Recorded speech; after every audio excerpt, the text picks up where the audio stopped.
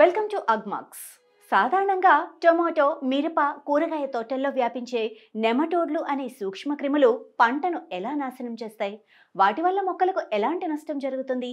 వాటిని ఎలా నివారించాలి వంటి విషయాలను ఈ వీడియోలో తెలుసుకుందాం.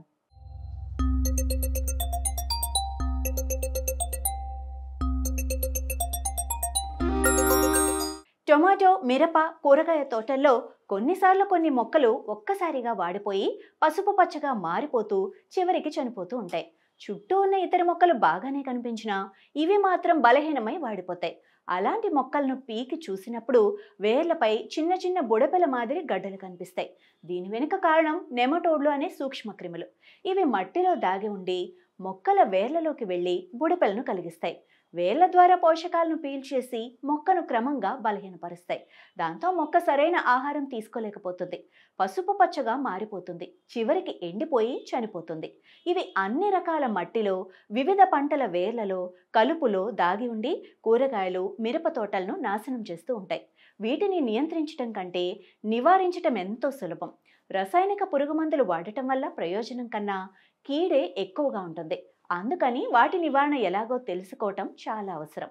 నెమటోడ్లను నియంత్రించటం కష్టమైనా ముందే జాగ్రత్తలు తీసుకుంటే వాటి సమస్యను చాలా వరకు నివారించవచ్చు. అసలు ఈ నెమటోడ్లు భూమిలో ఎలా ఎదుగుతాయి? నెమటోడ్లు పలు మొక్కల వేర్లలోనూ మట్టిలోనూ జీవిస్తాయి. వీటిని సూక్ష్మదర్శినిలో మాత్రమే చూడగలం. వేర్ల పక్కనే ఆడ నెమటోడ్ 1000 గుడ్ల వరకు పెడుతుంది. గుడ్లు చాలా చిన్నవిగా ఉంటాయి. గుడ్ల పక్కన ఉన్న వేర్ల నుంచి అనుకూల సూచనలు రాగానే గుడ్ల నుంచి పిల్లలు బయటకు వస్తాయి, వేర్లను చుట్టుకుంటాయి. ఈ చిన్న పురుగులు వేర్లను పొడిచి లోపలికి చేరి వాటిని తిని కడుపు నింపుకుంటాయి. ఈ క్రమంలో వేర్లకు బుడపెలు ఏర్పడతాయి. ఆ తర్వాత మొక్కలకు ఆ వేర్ల ద్వారా పోషకాలు అందవు. దాంతో మొక్కలు వాడిపోయి ఎండిపోయి చనిపోతాయి.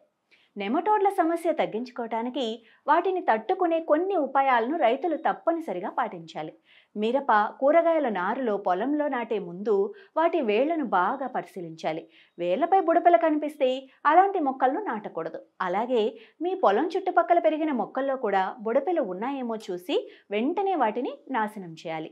భూమి సాగుకు సిద్ధం చేసే సమయంలో పాత మొక్కల వేళ్లను పూర్తిగా ఏరేసి మట్టిని బాగా ఎండబెట్టడం చాలా అవసరం. గతంలో నెమటోడ్లు సోకిన మొక్కలు ఉన్న ప్రదేశంలో మళ్ళీ కొత్త మొక్కలు నాటక ముందు కొంతమంది రైతులు ఆ వేళ్లను తగలబెట్టే అలవాటు పాటిస్తారు. ఇది కూడా ఒక రకంగా నెమటోడ్ల వ్యాప్తిని తగ్గించే మంచి పద్ధతిగా ఉపయోగపడుతుంది. పంట పొలాల్లో నెమటోడ్లు సోకినప్పుడు అదే పంటను వరుసగా వేయకుండా పంట మార్పిడి చేయటం చాలా మంచిది. ఉల్లి, తోటకూర, తులసి, నిమ్మగడ్డి, కర్రపెండలం, పశుగ్రాస పంటలు సాధారణంగా నెమటోడ్ల ప్రభావానికి గురికావు. కాబట్టి వీటిని సాగు చేయటం ఉత్తమం. ఆరోగ్యకరమైన వ్యాధి లేని నారును ఉపయోగించడం ద్వారా సమస్యను ముందుగానే నివారించవచ్చు. చేను పరిసరాల్లో నెమటోడ్లకు మూలమైన కలుపు మొక్కలు లేదా ఆ వేళ్లు కనిపిస్తే వెంటనే తొలగించి నాశనం చేయాలి. అలాగే నెమటోడ్ నిరోధక శక్తి ఉన్న రకాల మొక్కలను నాటడం కూడా మంచి పరిష్కారం. ఇతర పొలాల నుంచి నెమటోడ్లతో కూడిన మట్టి లేదా మొక్కలు మీ పొలంలోకి రాకుండా జాగ్రత్త వహించాలి. ఎందుకంటే నెమటోడ్లు మట్టి నాగళ్ళు, ట్రాక్టర్లు, పరికరాలు, కూలీల పాదరక్షలు లేదా చెప్పులకు అంటుకొని ఒక పొలం నుంచి మరో పొలంలోకి వ్యాపించే ప్రమాదం ఉంది.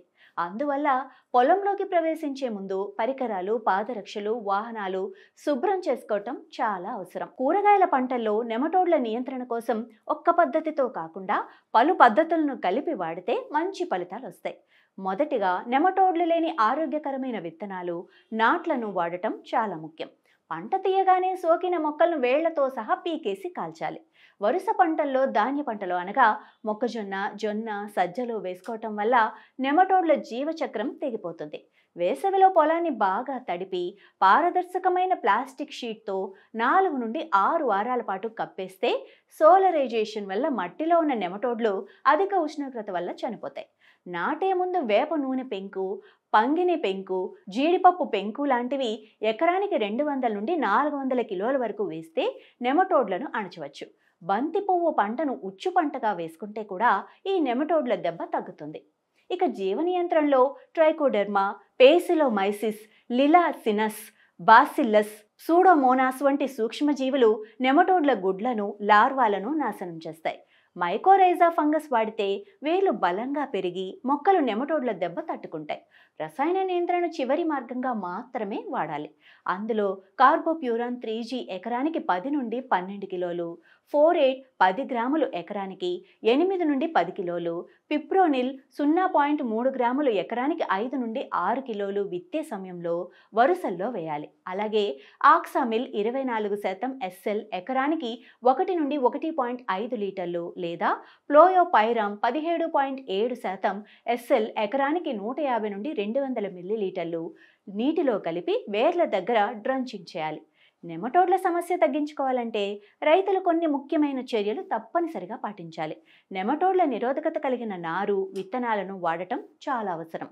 పొలంలో నెమటోడ్లు సోకిన మొక్కలు ఉంటే వాటిని పీకేసి వేర్లతో సహా పూర్తిగా కాల్చివేయాలి. తర్వాత మట్టిని బాగా తిరగేసి ఎండనివ్వాలి.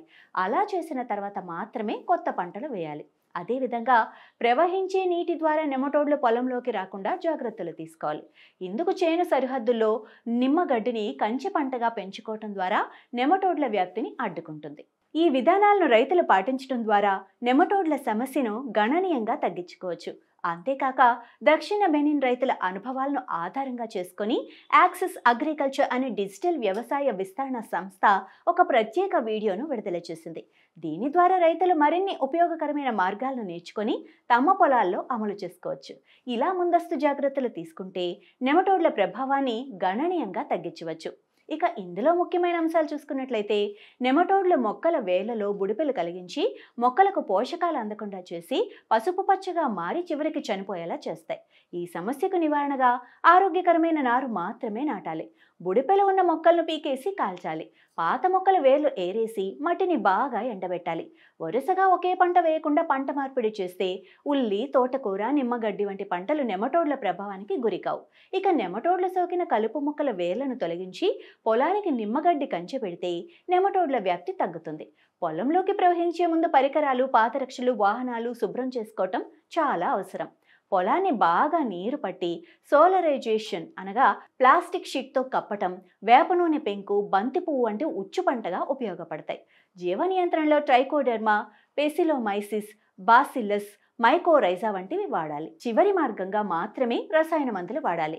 కార్బోప్యూరాన్ 10 నుండి 12 కిలోలు ఎకరాకి, ఫోరేట్ 8 నుండి 10 కిలోలు ఎకరాకి, పిప్రోనిల్ 5 నుండి 6 కిలోలు ఎకరాకి, ఆక్సామిల్ 1 నుండి 1.5 లీటర్లు ఎకరా లేదా ప్లోయోపైరామ్ 150 నుండి 200 మిల్లీలీటర్లు ఎకరాకి లీటర్ నీటిలో కలిపి డ్రెంచింగ్ చేయాలి.